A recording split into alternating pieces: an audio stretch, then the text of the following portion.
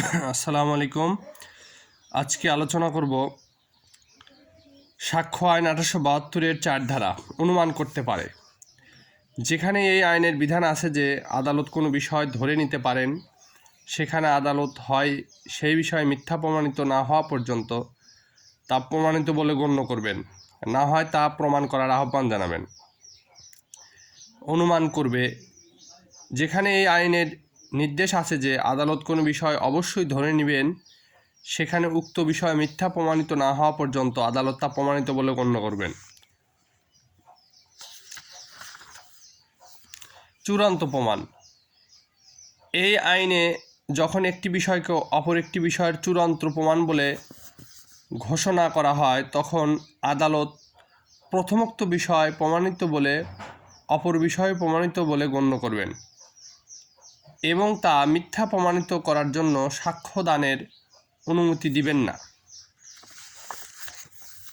এই চূড়ান্ত প্রমাণটা আমরা একটু পরিষ্কার বুঝতে পারবো যদি আমরা এই সাক্ষ্য আইনের 112 ধারা একটু বুঝি।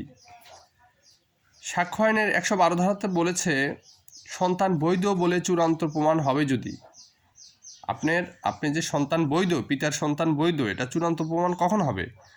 বিবাহ স্থির থাকাকালে তার জন্ম হয়, বা বিবাহ বিচ্ছেদের 280 দিন, 280 দিন মানে কত?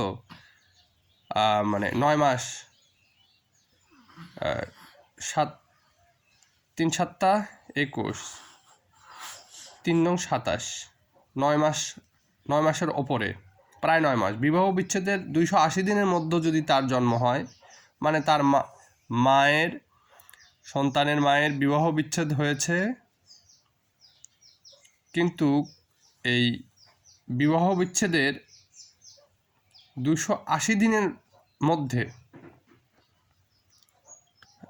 এর ভিতর যদি জন্ম হয়, উক্ত সময় মাতা অবিবাহিত ছিল, বিবাহ বিচ্ছেদ হয়েছে কিন্তু 280 দিন ওই মায়ের কোনো বিবাহ হয়নি, তাহলে যে সন্তান হবে, তাহলে ধরে নিতে হবে যে পূর্বের যে পিতা, সেই পিতারই ওটা বৈধ সন্তান।